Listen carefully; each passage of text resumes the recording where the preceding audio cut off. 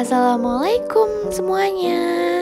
Perkenalkan, nama saya Delinda Makfira Audrey Rizantara, NIM 223141134, kelas PGMI 1D.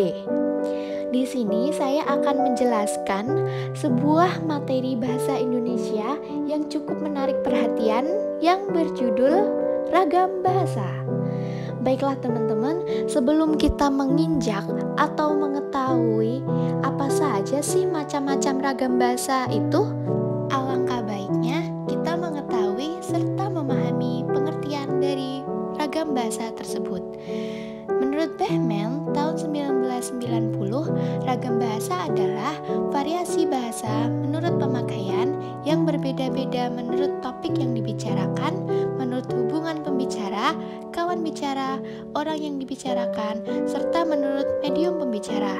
Nah, jadi teman-teman, ragam bahasa ini timbul dikarenakan latar belakang budaya yang berbeda, sejarah, ataupun letak geografis sehingga berakibat munculnya berbagai variasi bahasa Indonesia. Ragam bahasa pun dibedakan menjadi 3 macam. Yang pertama, ragam bahasa berdasarkan penutur. Yang kedua, ragam bahasa berdasarkan cara komunikasi. Dan yang terakhir adalah ragam bahasa berdasarkan topik pembicaraan.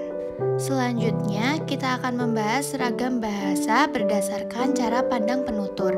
Ragam bahasa ini dibagi menjadi 4, yaitu yang pertama, ragam dialek atau daerah. Ragam ini adalah variasi bahasa yang dipakai oleh kelompok bangsawan di tempat tertentu. Dalam istilah lama disebut dengan logat. Logat yang paling menonjol, yang mudah diamati ialah lafal. Misalnya, logat bahasa Indonesia orang Jawa yang tampak dalam pelafalan. Ciri khas yang meliputi ragam ini adalah tekanan, turun naiknya nada, dan panjang pendeknya bunyi bahasa yang membangun aksen yang berbeda-beda. Yang kedua, ragam terpelajar. Tingkat pendidikan penutur bahasa Indonesia juga mewarnai penggunaan bahasa Indonesia. Bahasa Indonesia yang digunakan oleh kelompok penutur berpendidikan tampak jelas perbedaannya dengan yang digunakan oleh kelompok penutur yang tidak berpendidikan. Yang ketiga yaitu ragam resmi. Ragam ini adalah bahasa yang digunakan dalam situasi resmi, seperti pertemuan-pertemuan, peraturan-peraturan, dan perundang-undangan. Terakhir, ragam tidak resmi. Ragam bahasa yang digunakan dalam situasi tidak resmi, seperti dalam pergaulan atau percakapan pribadi. Ragam bahasa resmi atau tidak resmi ditentukan oleh tingkat keformalan bahasa yang digunakan. Selanjutnya, ragam bahasa berdasarkan cara berkomunikasi. Ragam bahasa ini dibagi menjadi 2, yaitu yang pertama ragam lisan. Ragam bahasa lisan adalah suatu ragam bahasa yang dihasilkan oleh alat ucap atau organ of speech. Dalam ragam ini, kita harus memperhatikan beberapa hal seperti tata bahasa, kosakata, dan lafal dalam pengucapannya.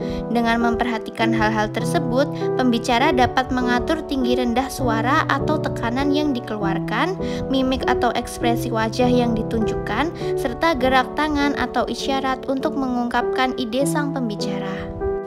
Yang kedua, ragam tulis. Ragam ini adalah bahasa yang dihasilkan dengan memanfaatkan tulisan dengan huruf sebagai unsur dasarnya. Dalam ragam ini, kita harus memperhatikan beberapa hal seperti tata cara penulisan atau ejaan, di samping aspek tata bahasa dan pemilihan kosakata.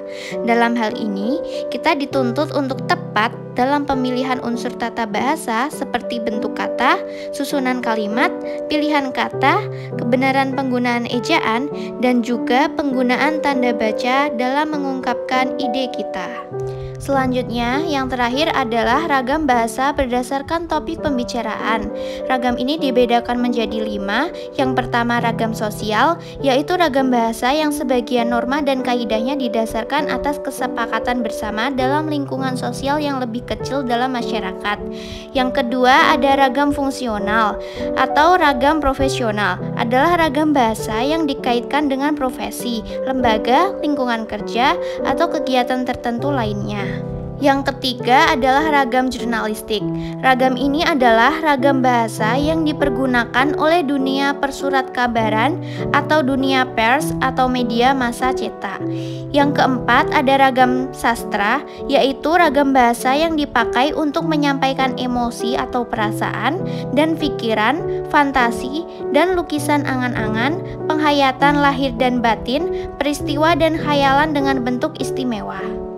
Dan yang terakhir yaitu ragam politik dan hukum. Bahasa politik berisi kebijakan yang dibuat oleh penguasa dalam rangka menata dan mengatur kehidupan masyarakat.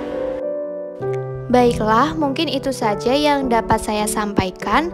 Semoga bermanfaat untuk kita semua. Sampai jumpa di pembahasan selanjutnya. Bye-bye, terima kasih. Wassalamualaikum warahmatullahi wabarakatuh.